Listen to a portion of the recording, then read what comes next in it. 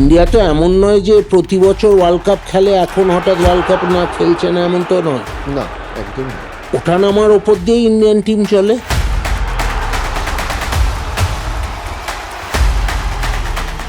Mohun Bagan east Bengal তো ভারতীয় ফুটবলকে যা দিয়েছে, বাকিরা যদি দিত তাহলে আজকে ভারতীয় ফুটবল অন্য জায়গায় থাকতো। মোহনবাগান ইস্ট বেঙ্গল ছাড়া ভারতীয় ফুটবল হবেই ফুটবলই না। হয় না। সুনীল ছেত্রী খুব বড় player. Going is like a cat in a midnight frenzy. Sunil Chhetri!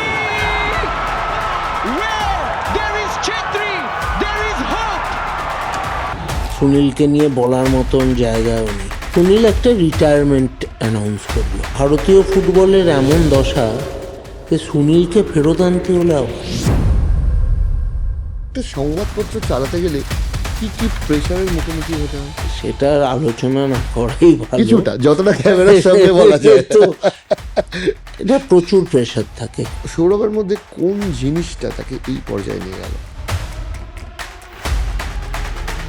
Sourav Ganguly এমন এক বাঙালি যাকে নিয়ে সারা ভারতবর্ষ গর্ব করতে পারে। আই লিগ জেতার পর ওই দিনকে হোটেলে কি কি হয়েছিল? নমস্কার, আজকের অতিথিকে আপনারা সবাই চেনেন, মোহনবাগানের সেক্রেটারি এবং তার সাথে সাথে সংবাদ প্রতিদিনের মালিক সৃঞ্জয় বোস। তার সাথে আড্ডা হলো, গল্প হলো এবং মোহনবাগান নিয়ে তার কি ভাবনা চিন্তা, ভারতীয় ফুটবলের বর্তমান অবস্থা থেকে শুরু করে সংবাদপত্র কিংবা পলিটিক্যাল সিচুয়েশনের সমস্ত কিছু নিয়ে কিন্তু আমরা আজকে বিস্তারিত একটা আলোচনা করেছি। খুব ইন্টারেস্টিং হতে চলেছে, সেটা আপনারা শুনবেন। তবে শুরুর আগে ধন্যবাদ আজকের এপিসোড স্পন্সর সুরভারতী সঙ্গীত কলা কেন্দ্রকে। আপনারা যদি আঁকা, গান, নাচ কিংবা আবৃত্তি শেখান তাহলে আপনাদের স্কুলের পরীক্ষা ব্যবস্থার জন্য ডেফিনেটলি সুরভারতীতে যুক্ত হতে পারেন। সুরভারতীর ওয়েবসাইট লিংক বা বাকি যাবতীয় ডিটেলস আমি ডেসক্রিপশনে দিয়ে রাখলাম।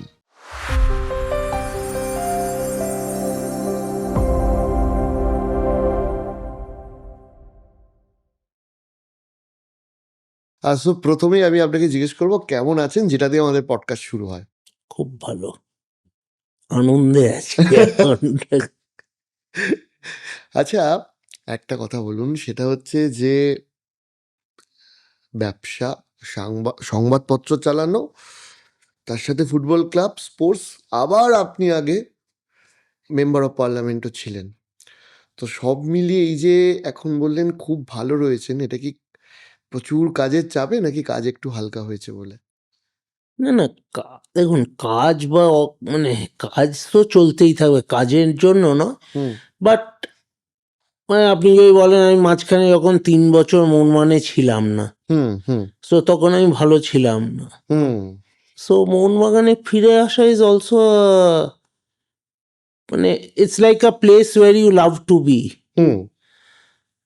সো একটা ভালোবাসার জায়গা, সো সেইখানে ফিরে আসা তো একটা মনের একটা তৃপ্তির আছে, একটা কন্টেন্ট আছে।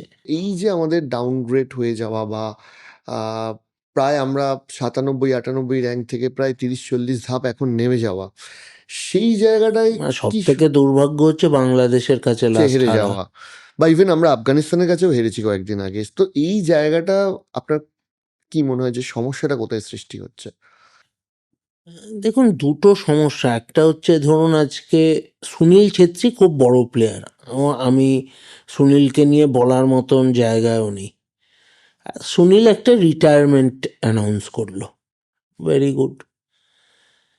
তারপরে আজকে ভারতীয় ফুটবলের এমন দশা যে সুনীলকে ফেরত আনতে হলে আবার আমি সুনীলের ফেরত এসেছে খুব ভালো, সুনীল খেলছে, সুনীল এখনো অনেক কিছু দেওয়ার আছে, আমি সেটা নিয়ে আমার প্রশ্নই নয়।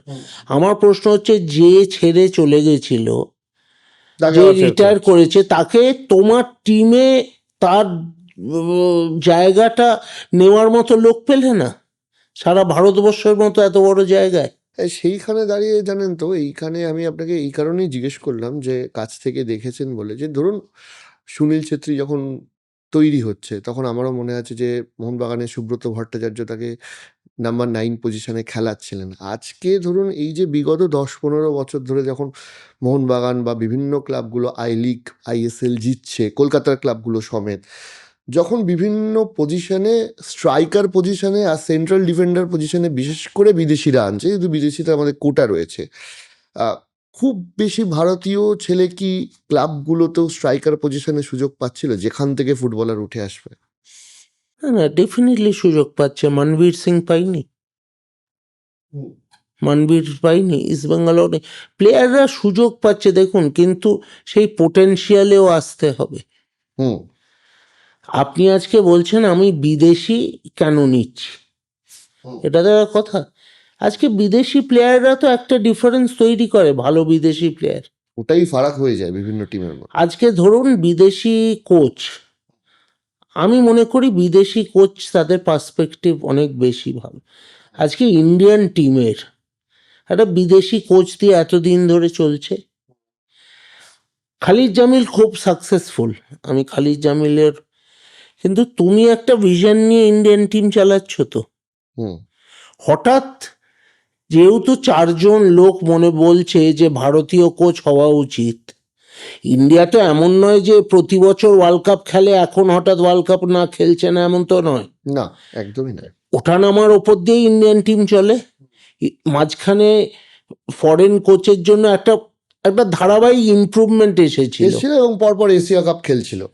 তুমি হঠাৎ না, বিদেশি কোচ করা যাবে না, কারণ সোশ্যাল মিডিয়ায় ছবি বেরোবে, কারণ প্রচুর ডিমান্ড আসছে, তাই জন্য আমি খালিদ জামিলকে কোচ করে দিলাম।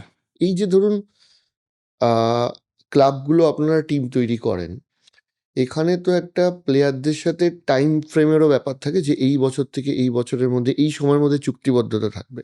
তো এই যে ধরুন আইএসএল পিছিয়ে যাচ্ছে, এই টাইম ফ্রেমের মধ্যেও তো ক্লাবগুলোরও তো তাহলে একটা না, ফাইন্যান্সিয়াল লস হচ্ছে। পিছোচ্ছে ঠিক নয়, কারণ ওটা তো মেয়ের মধ্যেই ফাইনাল হয়ে যাবে, মেয়ের মধ্যেই শেষ হবে, মে মাসের মধ্যে। স্টিল ধরুন আইপিএল এর সাথে যদি সেম ক্যালেন্ডারে চলে, একটা তো মানে যেটা আপনার সেপ্টেম্বর থেকে শুরু হয়ে যেত। দেখুন ফুটবল, হ্যাঁ এবার তো সেটা তো ডেফিনেটলি, আমি তো তাই বলছি, ভিউয়ারশিপে এফেক্ট, কারণ হয়তো মোহনবাগান ইস্ট বেঙ্গলের পড়বে এবার না। তো একটা ম্যাচে মানে ওয়ান ওয়ে লিগ হয়ে গেছে, মানে যে তো আর হোম অ্যান্ড অ্যাওয়ে বেসিসে হচ্ছে না, হ্যাঁ মানে এক্স্যাক্টলি, সেই আনন্দটাই ওয়ান থাকছে না। টায়ার লিগ হয়ে গেছে। হুম, সো সেই মানে ওভারঅল সবকিছু standard, the hmm, way of organizing ISL, হুম।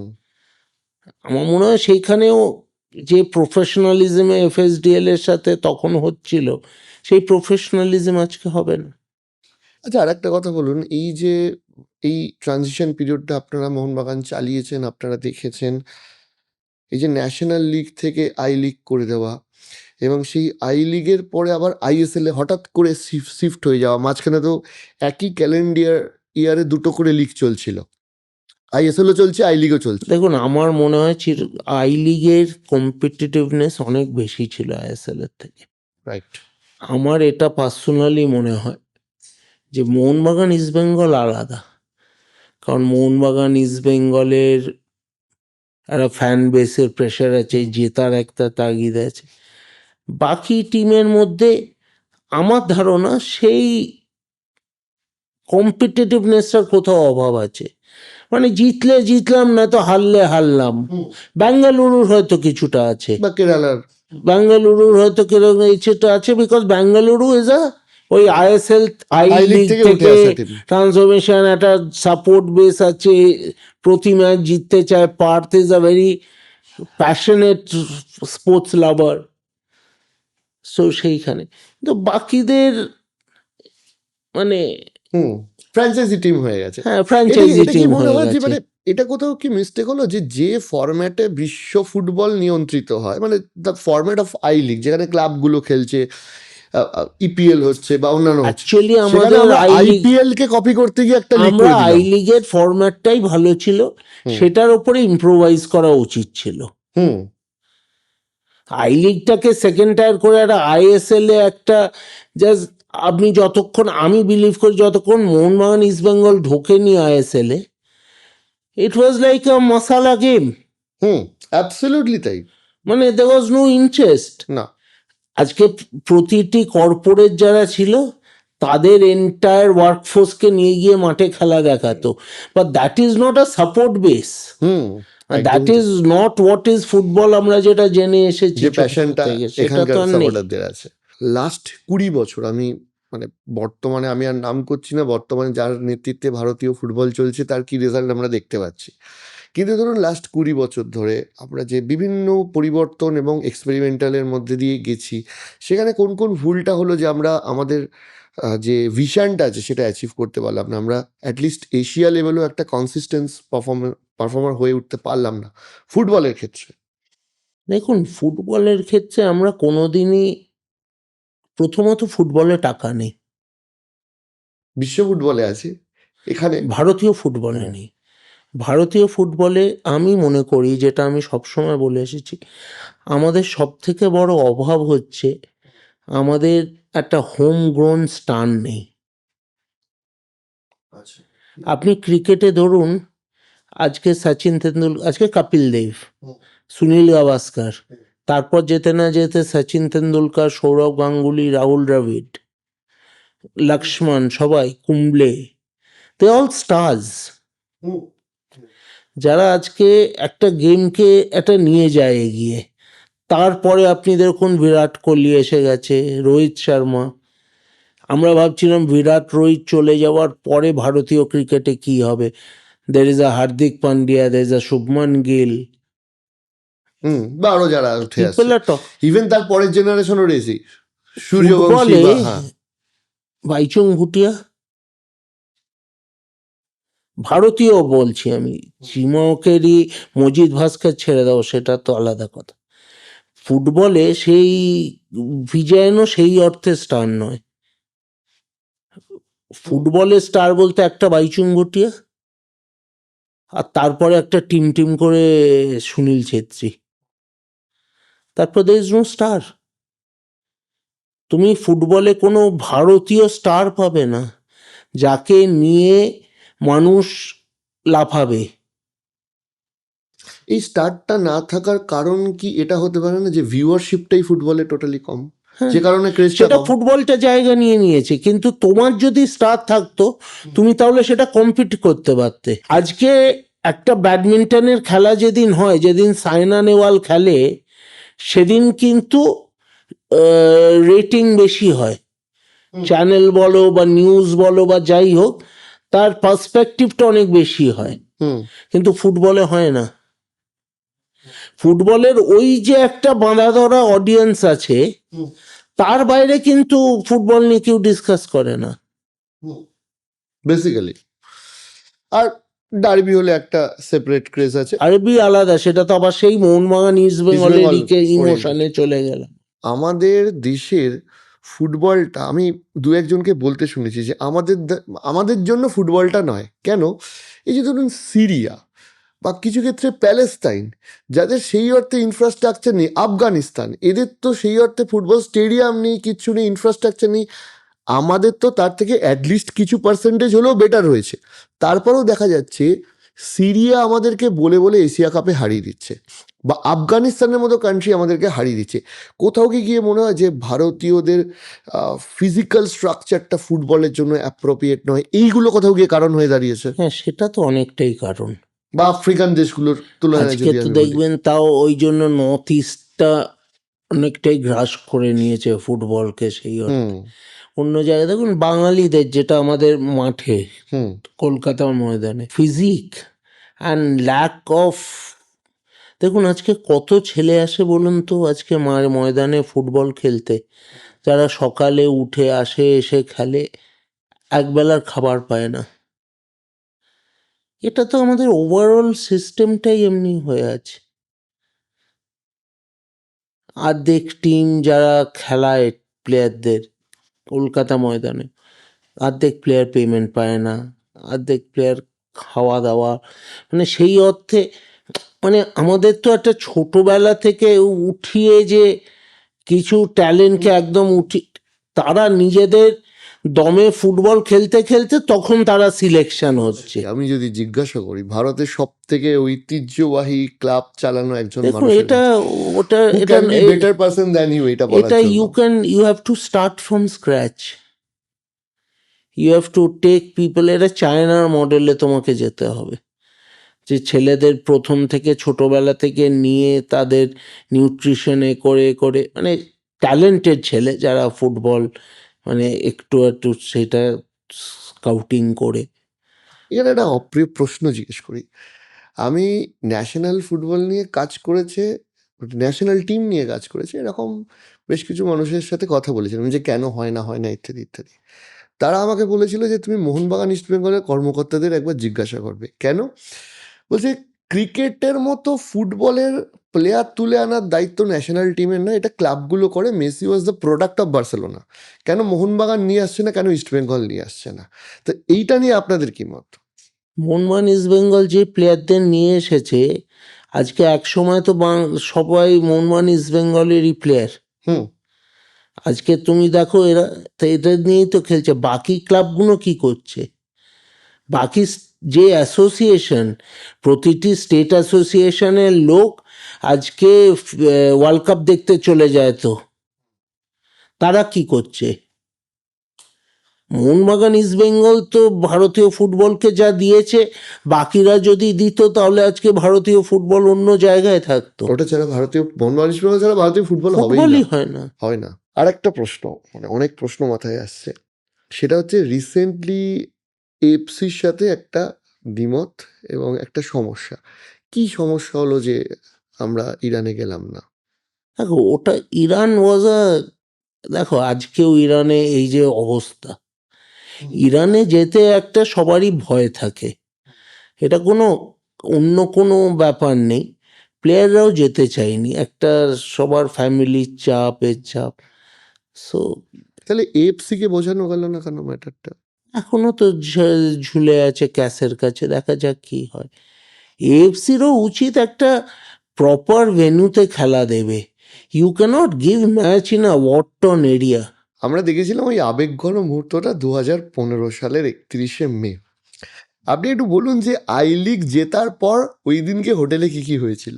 ওটা একটা খুব বড় দিন ছিল, মানে আমরা অনেক দিন পরে 13 বছর হলো। হ্যাঁ, প্লাস একটা বাজে ফেজ যাচ্ছিল ওর পরে করে আমারও পার্সোনাল লাইফে অনেক কিছু ঘটে, তারপরে এটা খুব জেতা দরকার ছিল।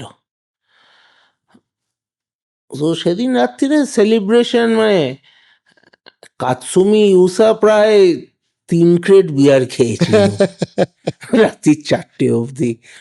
তারপর সকালে গিয়ে দেখছি মানে ভোর 4টে করে, এবার 1 ঘন্টা পরে 5-6টায় বেরোবে টিম। 5টায় এসে দেখি কাতসুমি নেই, দেখছি বাথরুমেই বসে আছে। তো সোনি ছিল, মানে ওটা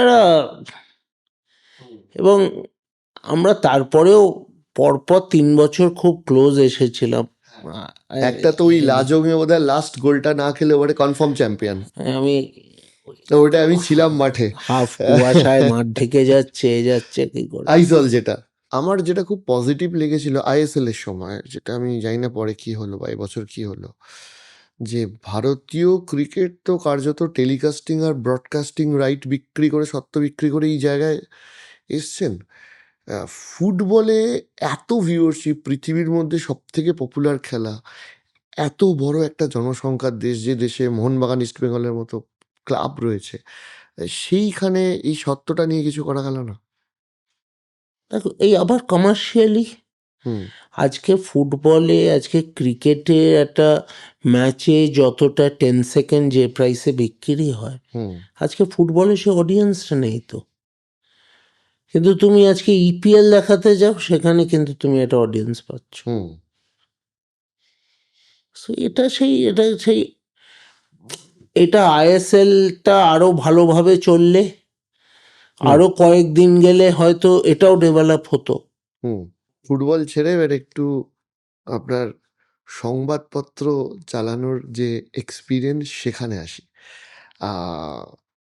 বর্তমানে সংবাদপত্রের মানে বর্তমান এবং ভবিষ্যৎ, মানে এখন এই ধরুন এই যে শিফট আসছে একটা মিডিয়াতে, দেখুন, ডিজিটালে চলে যাচ্ছে, সেখানে নিউজ পেপার আপনি যদি বলেন, আমরা অনেকগুলো পরীক্ষা দিয়েছি।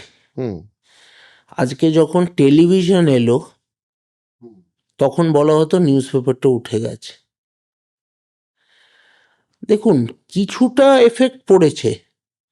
যেমন আমি বলছি, ধরুন আগে যেদিন ইলেকশনের রেজাল্ট বেরোতো, পরের দিন জেনারেলি 2 থেকে 3 গুণ কাগজ বেশি বিক্রি হতো। কিন্তু যবে থেকে এই টেলিভিশন এসেছে, সকাল 7টা থেকে রাত্রির 12টা অবধি ইলেকশন রেজাল্ট দেখাচ্ছে, তখন কিন্তু পরের দিন আর লোকের রেজাল্ট পাওয়ার নেই।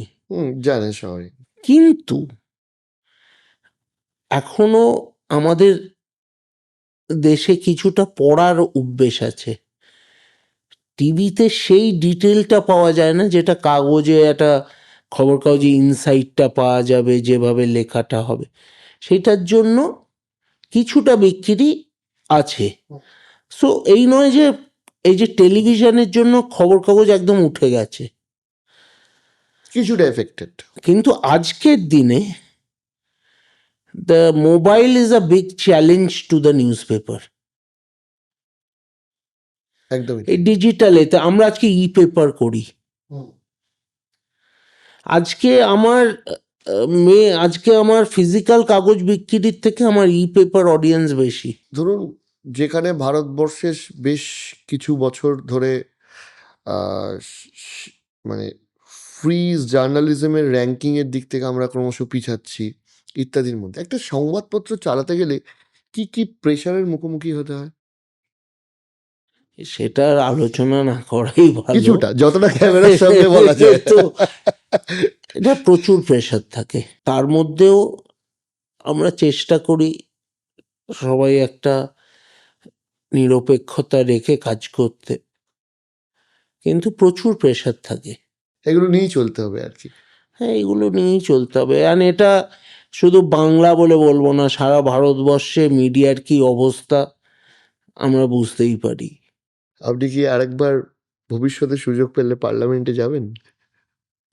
সত্যিকারের বলতে কি, আজকের রাজনীতিটা না বড্ড বেশি ভিন্ডিকটিভনেস, বড্ড বেশি নোংরামিতে পৌঁছে গেছে।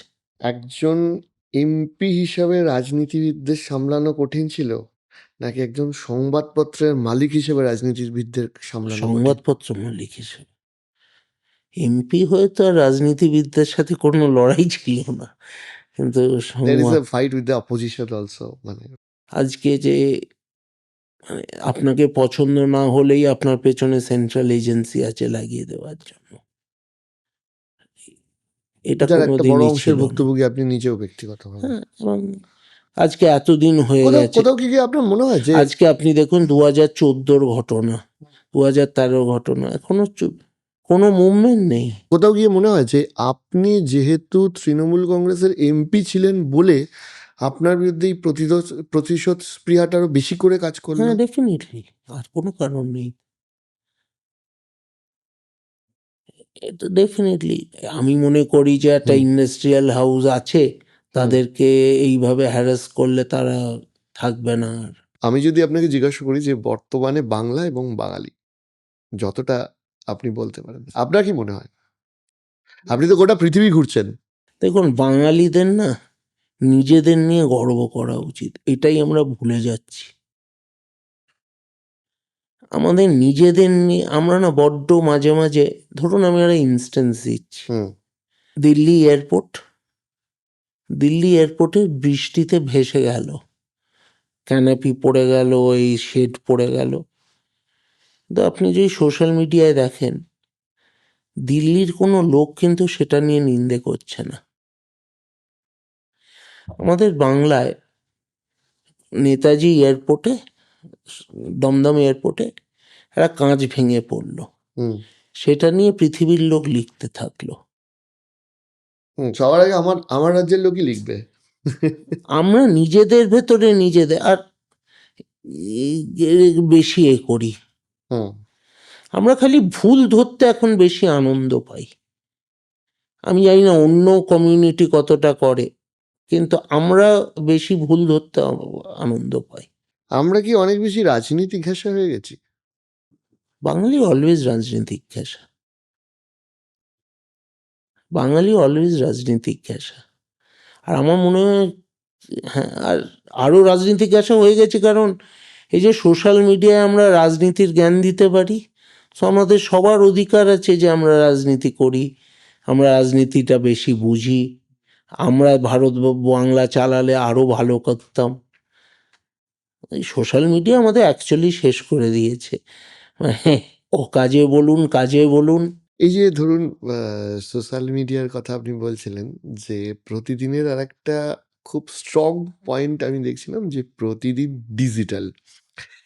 আমাকে যাদবপুরে জার্নালিজম পড়ে, সে আমাকে বলেছিল যে কখনো কোনো সংবাদপত্রের মালিকের সাথে কথা হলে জিজ্ঞাসা করবে, এই যে ধরুন সাংবাদিক যে প্রফেশন, সেখানে ধরুন আপনাদের হাউসেও প্রচুর সাংবাদিক, স্পোর্টস হোক, পলিটিক্যাল হোক, যারা কভার করছেন, দীর্ঘদিন ধরে তারা কাজ করেছেন, একটা ভালো অর্থের তারা স্যালারি পেয়েছেন, এবং সেটা দিয়ে তারা যে শুধু সংসার চালিয়েছেন তা না, তারা একটা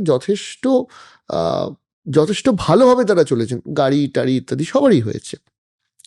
আপনার কি মনে হয় যে ডিজিটালে যে রেভিনিউ জেনারেট হচ্ছে, ফিউচারে যারা জার্নালিস্ট হয়ে আসবে, যারা আজকে জার্নালিজম পড়ছে, তাদেরকে ওই ফেসিলিটিসটা দেওয়া সম্ভব, যেটা আপনাদের হাউস যারা খবরের কাগজের জার্নালিস্ট ছিল তাদেরকে করে এসছে?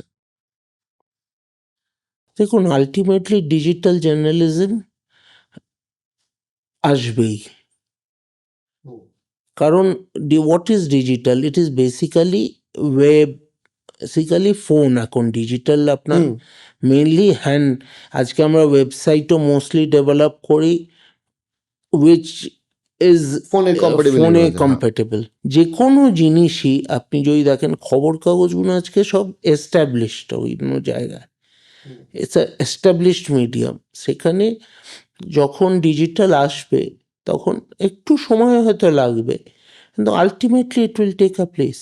সোনির সাথে কিভাবে যোগাযোগ হয়েছিল মোহনবাগানের, যখন ধানমন্ডির হয়েও খেলতে এসেছিল? সোনি ধানমন্ডিতে খেলতো, সোনি আমি আর দেবাশিস দা ঢাকা যাই, আমাদের এক ওটা কি ওই পার্টনার আইএফএ সিলটা হওয়ার পর?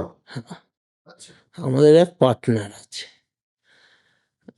সো তার বাড়ি যাই, তাকে গিয়ে তখন বলি যে আমার সোনির সাথে কথা বলার আছে।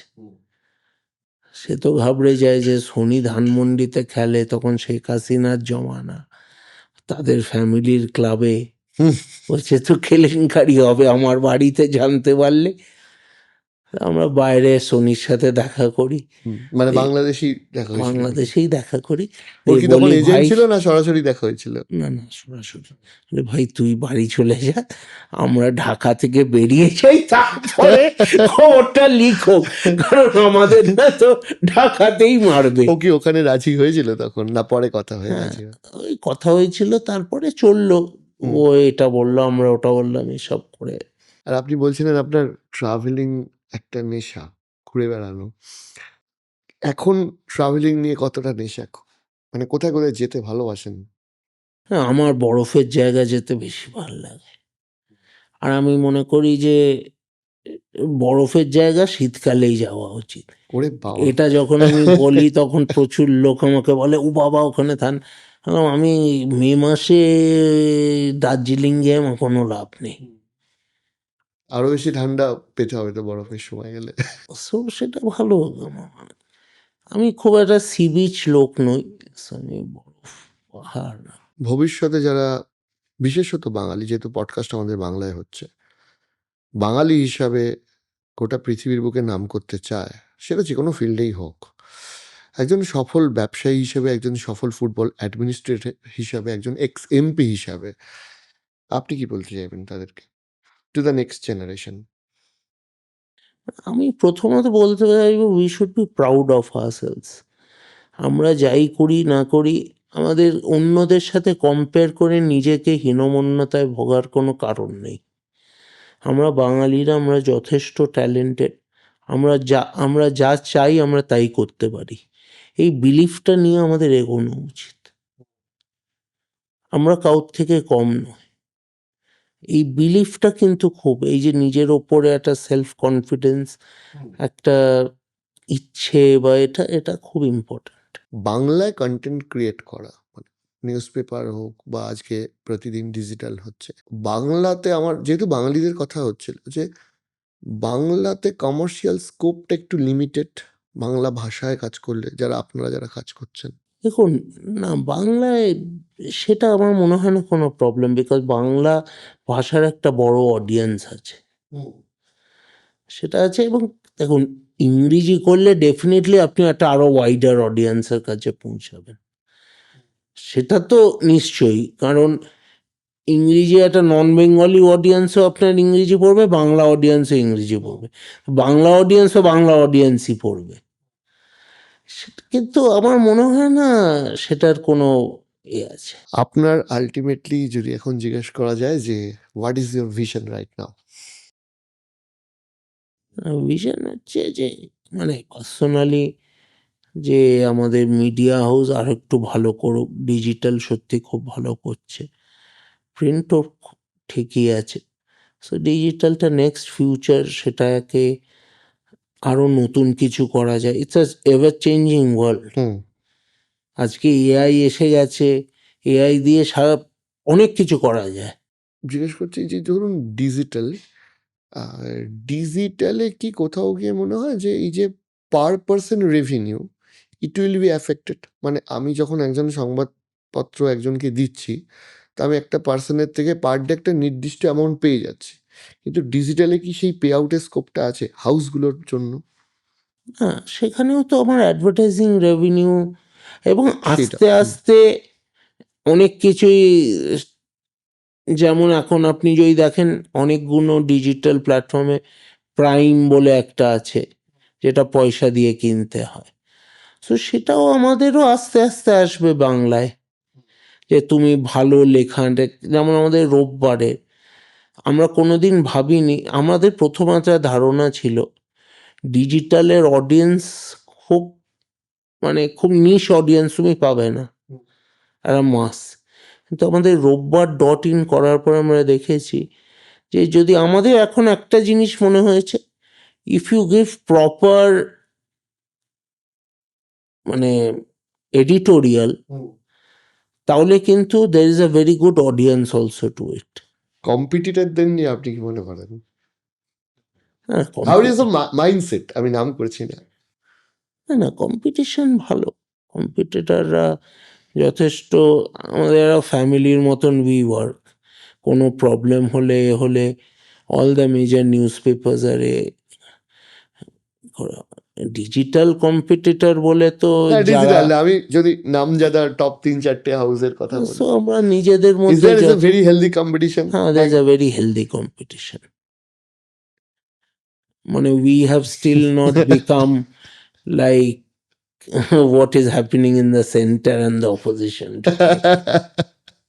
কোন সত্তাটা আপনার জন্য বেস্ট, মানে আপনার নিজের সব থেকে বেশি ভালো লাগে? ফুটবল অ্যাডমিনিস্ট্রেটর, সংবাদপত্র, নাকি মেম্বার অফ পার্লামেন্ট? কোনটা সব থেকে বেশি প্রাউড ফিল হয়? ফুটবল আর সংবাদপত্র। ফুটবল আর এমপিটা বাদ বলছেন? আমি একদম শেষের দিকে আছি। আমি দুজন ব্যক্তিত্বকে নিয়ে আপনার সরাসরি এক্সপিরিয়েন্স একটু জানতে চাইবো। দ্য ফার্স্ট ইজ আপনার সাথে সৌরভ গাঙ্গুলির খুব ভালো সম্পর্ক। সৌরভ গাঙ্গুলির এই ফেম, এই পরিচিতি গোটা পৃথিবীর কাছে ভারতীয় ক্রিকেটকে একটা আলাদা পর্যায়ে নিয়ে যাওয়া, সৌরভের মধ্যে কোন জিনিসটা তাকে এই পর্যায়ে নিয়ে গেল? দেখুন, আমার কাছে সৌরভ গাঙ্গুলি এমন এক বাঙালি যাকে নিয়ে সারা ভারতবর্ষ গর্ব করতে পারে। আজকে বাঙালিদের মধ্যে এই ফিগারটা খুব কমে গেছে। গুটি কয়েকই আছে যাদের নিয়ে সারা ভারতবর্ষ কথা বলে। তো সৌরভ গাঙ্গুলি আমার অসম্ভব ভাল লাগে ওকে। সৌরভের সাথে এক্সেপশনাল কোনো ঘটনা যেটা এখনো মনে আছে আপনার? লাহোরে কি হয়েছিল ব্যাপারটা? লাহোরে সৌরভ বেরোলে তো ওর সাথে সিকিউরিটি যাওয়ার কথা, সেই সব রেখে আমরা লাহোরে খেতে এটা কি ওই বেরিয়ে গেছি। সিরিজটা যেটা ওই ইন্ডিয়া 3-2 জিতলো? যেটা আমরা লাহোরে, হ্যাঁ, যেটা আমরা লাহোরটা জিতলাম, মানে যেটা ফার্স্ট ইন্ডিয়া এটা পাকিস্তান, লাভলি 2002-3 মানে যেটা ফার্স্ট ইন্ডিয়া পাকিস্তান ট্যুরে গেছিল, বাবা বিশাল ক্রেজ ছিল ওই। আমরা খেতে চলে গেছি রাত্রির বেলা, সেরা বিভৎস ব্যাপার না, মানে পাকিস্তানে রাত্রিরে খেতে চলে গেছি। এবার সৌরভের সাথে এমনি অনেক ঘটনাই আছে, but I personally, Sourav Ganguly is Bangali, যাকে নিয়ে সবার গর্ব করা উচিত। আর দ্বিতীয় ব্যক্তিটি হচ্ছে, আপনি বহুবার তার কথা বলেছেন, মমতা ব্যানার্জি। আপনার এক্সপিরিয়েন্স তার সাথে? দেখুন, she is of a different type. যদি আপনি পলিটিক্সের দিক দিয়ে বলেন, she is a true politician. মানে পলিটিক্স বোঝে, মানুষ যা চায় তিনি সব থেকে ভালো বোঝেন। How is Mamata Banerjee personally? খুব ভালো। She is very warm and she is very different type. Like কিরকম? না মানে, আজকে ধরো তোমার শরীর খারাপ হলো, তুমি দিদির সাথে আছো, দিদি অত্যন্ত তোমার সাথে, মানে আজকে ধরুন আমি অনেক এই গানের লোকেদের সাথে কথা বলি, তাদের আজকে দিদি কোনো প্রোগ্রামে এলো, it's a government program, but she will go all out যে তোমরা খেয়েছো, তোমাদের কেমন আছে, মানে এটা, মানে it doesn't require a chief minister to do, but she will do that. She is a different lady. আর তিনি আমি ওই কথা আছে না, তুমি যদি ওনাকে আঘাত করো, শি ইজ ভেরি ডেঞ্জারাস। হুম।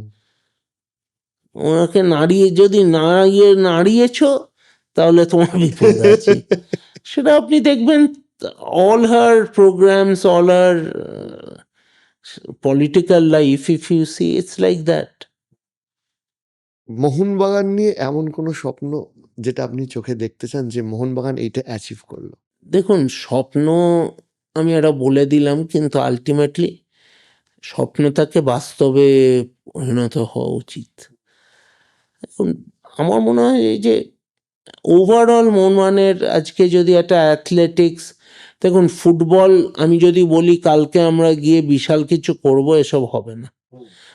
হ্যাঁ, আমরা জিতবো আইএসএল জিতবো, সেটা তো নর্মালের মধ্যেই, মানে সেটা তো আর কোনো সেই অর্থে এ নয়, কিন্তু ভারতীয়, মানে Mohun Bagan should be a very, মানে সব কিছুতে, এন্টায়ার স্পোর্টস ফিল্ডে, অ্যাথলেটিক্স বলুন, হকি বলুন, আমরা যদি টেনিসটা শুরু করতে পারি, এই সব করে একটা যেন it should be, people should talk about Mohun Bagan. একটা প্রশ্ন আমি জাস্ট মিস করে যাচ্ছিলাম, সেটা হচ্ছে আপনার বাবা, যার অসম্ভব একটা অবদান রয়েছে এই মোহনবাগান ক্লাবের প্রতি। আমি জাস্ট লাস্ট তার স্পিচটা আমি নিজে 4 বার শুনেছি, যখন তাকে মোহনবাগান রত্ন দেওয়া হলো। উনি যেভাবে ইমোশনাল হয়ে পড়েছিলেন, ছোটবেলা থেকে আপনি দেখেছেন his involvement for Mohun Bagan club. আমারও মোহনবাগান ক্লাবের ইনভলভমেন্টটা ওই থেকেই দেখা, মানে 1988-89 যখন মোহনবাগান, আমার তার আগেই মোহনবাগান বাড়িতে একটা ছিল, খেলা দেখতাম, কিন্তু ওই যে অ্যাডমিনিস্ট্রেশনের সাথে বাড়িতে হচ্ছে দলবদল, এইসবের সাথেই বড় হওয়া। আই থিঙ্ক বাবা এখন কতটা প্যাশন দেখেছেন ওর বাবা মধ্যে। এখন মোহনবাগানটাকে খুব মিসই করে। তো change is inevitable in life, so it goes on. আচ্ছা, অমিতাভ বচ্চনের সাথেও তো আপনার একটা খুব ভালো পরিচিতি। অমিতাভ বচ্চনের সাথে কিরকম বন্ধুত্ব আপনার? না, উনি আলাদা একটা লেভেলে। আমি তো বলি, আমার লাইফে 3 জনের সাথে দেখা করার ছিল জীবনে, হ্যাঁ, সেই 3 জনের সাথে আমার দেখা হয়ে গেছে এবং সময় কাটানো কোন হয়ে কোন গেছে। 3 জন? একটা হচ্ছে কপিল দেব, একটা হচ্ছে ডিয়েগো ম্যারাডোনা, একটা হচ্ছে অমিতাভ বচ্চন। হুম। কারণ আমার কাছে অমিতাভ বচ্চন এমন একটা জায়গায় যে আমি তার বাইরে আর কাউকে ভাবতেই পারি না। সো আমার মানে had spent a full day with him in Kolkata. আমার সাথে দুবাইতেও একবার দুবার দেখা হয়েছে। He is a different type of person. কিরকম? হ্যাঁ, অমিতাভ বচ্চন মানে এ আমার পক্ষে বলাও মুশকিল, কারণ যখন সামনে ছিলাম তখন এতটাই ওরা ওরা হয়েছিলাম যে হুম। অমিতাভ বচ্চন মানে ইজ এ পার্সোনালিটি, ওর গলার ভয়েস ইজ এ স্বপ্ন সবার যদি উনি গলা হতে পারত। এই যে ধরুন আপনি পলিটিক্স মানে সংবাদপত্র চালাচ্ছেন, বহু মানুষের সাথে মিশেছেন, মানে বাংলার ফিউচারটা কিরকম লাগে? ধরুন আমি যদি আপনাকে জিজ্ঞেস করি the future of politics in Bengal, দেখুন বা ধরুন বেঙ্গল, মমতা পরবর্তী সময়ে অভিষেক বন্দ্যোপাধ্যায় বা দেখুন Abhishek Bandyopadhyay is a very capable leader. আজকে যেভাবে বক্তব্য রাখে ইজ সত্যি খুব ভালো। না, আমিও ব্যক্তিগতভাবে ওনাকে বলেছি কয়েকটা স্পিচ শোনার পরে, ইটস রিয়েলি এক্সেপশনাল। খুব মেটিকুলাস, খুব ভালো প্ল্যানিং, পলিটিক্যাল সেন্স, দিদির পাশে থেকে থেকে, দিদির সাথে থেকে থেকে একই বাড়ি সেই সংস্পর্শে। He will be one of the very big leaders of Bengal. তার সাথে অনেকে এমনি অন্য পার্টির কিছু কিছু নতুন নতুন মুখ উঠে আসছে, যেমন সিপিএমে আছে একটা দুটো মুখ, এমনি বিজেপিতে এখনো সেই অর্থে ইয়াং মুখ পশ্চিমবাংলায় খুব একটা নেই, মানে সেই ধরনের ইয়াং মুখ যাকে মানে বাকিরা সবাই। সো বাট পশ্চিমবাংলার লোকেরা তো অনেকটাই পলিটিক্যাল প্রোন, রাজনীতির জ্ঞান খুব বেশি। সো নিশ্চয়ই আরো উঠে আসবে আগামী দিনে। আর একটা এক্সপিরিয়েন্স আপনাকে জানতে চাইবো, সেটা হচ্ছে যে মোহনবাগান সাপোর্টারদের একটা স্টেন গান সেলিব্রেশনটা খুব ফেমাস এখন হয়ে গেছে।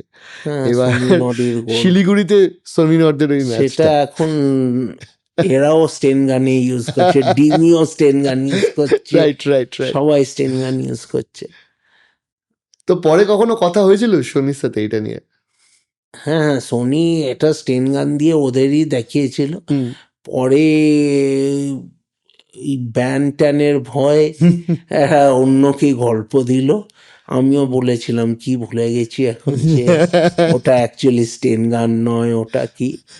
বাট ইট ওয়াজ ওই এইটুকুনি তো মোহনবাগান ইস্ট বেঙ্গলের আনন্দ, এই নিয়েই তো আমরা বেঁচে থাকি, যে এই যে গোলটা হবে তারপরে যে আনন্দটা আনন্দ। হবে।